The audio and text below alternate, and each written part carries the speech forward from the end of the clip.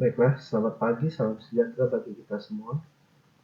Hari ini kita akan bicara tentang lembaga pembiayaan secara khusus yang akan kita mulai dari pembiayaan konsumen atau consumer finance.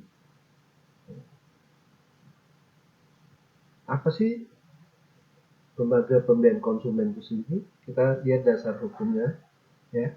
Lembaga pembiayaan konsumen ini mulai berkembang sejak dikeluarkannya keputusan Presiden nomor 61 tahun 88 tentang lembaga pembiayaan.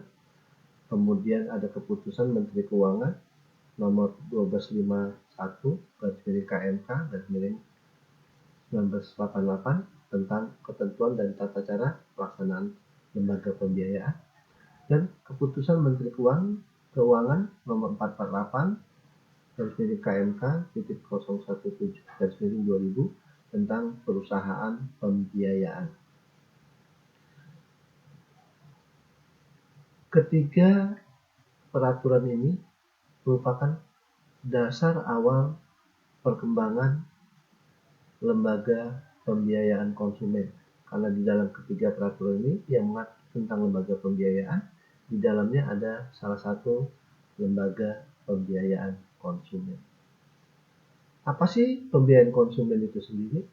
Ya, kita lihat pembiayaan konsumen atau consumer finance adalah kegiatan yang dilakukan dalam bentuk penyediaan dana bagi konsumen untuk pembelian barang yang pembayarannya dilakukan secara angsuran atau berkala.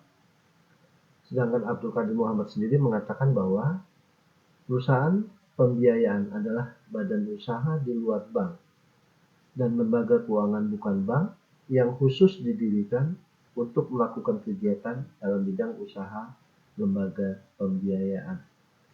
Dari rumusan ini, ada beberapa unsur yang terkandung dalam pembiayaan konsumen. Yang pertama, bicara tentang subjek. Bicara tentang subjek adalah pihak-pihak yang terlibat dalam pembiayaan konsumen. Siapa pihak yang dimaksud? Yang pertama ada perusahaan pembiayaan konsumen sendiri sebagai kreditur, yang kedua ada konsumen sebagai debitur, dan yang ketiga sebagai barang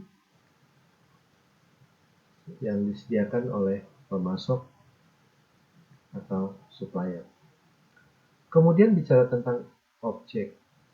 Objek dalam pembiayaan konsumen pada dasarnya adalah barang baru, barang bergerak, baru dan tahan lama. Ya, seperti misalnya televisi, kulkas, mesin cuci, perabot rumah tangga, dan kendaraan bermotor. Ya. Kendaraan bermotor merupakan objek yang paling populer dijadikan dalam perjanjian pembiayaan konsumen. Kemudian unsur yang ketiga ada perjanjian. Ya. Perjanjian yang dimaksud adalah hubungan hukum atau perbuatan persetujuan pembiayaan yang dilakukan oleh perusahaan pembiayaan konsumen dengan konsumen, dan ada perjanjian jual beli yang dilakukan oleh pemasok dan konsumen. Jadi dalam perjanjian pembiayaan konsumen ada dua perjanjian yang terjadi, ya, ada perjanjian pembiayaan konsumen dan ada perjanjian jual beli. Kemudian yang keempat, hubungan kewajiban dan hak. Dalam pembiayaan konsumen ada hubungan kewajiban dan hak yang terjadi antara para pihak. Kewajiban perusahaan pembiayaan konsumen adalah membayar harga secara tunai kepada supplier atau pemasok, dan haknya adalah menerima pembayaran secara berkala atau angsuran dari konsumen. Sementara konsumen sendiri berkewajiban untuk membayar angsuran secara berkala kepada perusahaan pembiayaan konsumen, dan haknya menerima penyerahan barang dari pemasok. Sementara itu, pemasok sendiri berkewajiban menyerahkan barang kepada konsumen dan berhak menerima pembayaran secara tunai dari perusahaan pembiayaan konsumen. Kemudian jaminan. dalam pembiayaan konsumen kita mengenal ada 3 jaminan, ya. Ada jaminan utama, jaminan pokok, dan jaminan tambahan. Jaminan utama ini berupa kepercayaan dari perusahaan pembiayaan konsumen kepada konsumen, bahwa konsumen mampu membayar angsuran secara berkala sampai selesai. Kemudian jaminan pokoknya apa? Barang sebagai objek dalam perjanjian secara yang dilakukan secara fidusia. Artinya apa?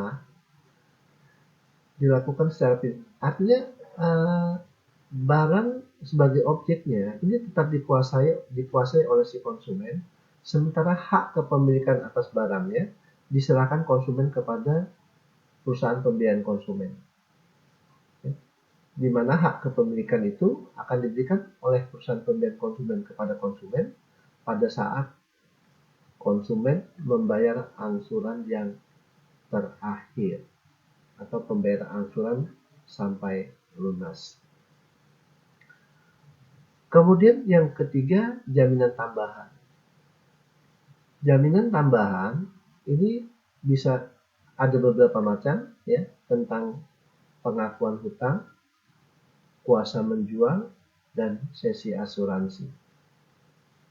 Pengakuan hutang di sini artinya konsumen mengakui bahwa dia mempunyai sejumlah hutang kepada perusahaan pembiayaan konsumen yang akan dibayar secara berkala kepada perusahaan pembiayaan konsumen. Kemudian jaminan tambahan yang berikutnya apa? Kuasa menjual. Artinya apa?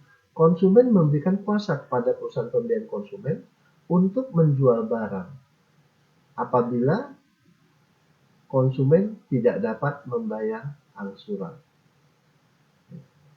secara berkala, sehingga dengan demikian si perusahaan pembiayaan dapat mengambil barang dari tangan konsumen melalui prosedur hukum, kemudian barangnya akan dijual atau dilelang, hasil pelelangannya untuk membayar hutang kepada perusahaan pembiayaan konsumen, kalaupun masih ada sisa akan dikembalikan kepada konsumen.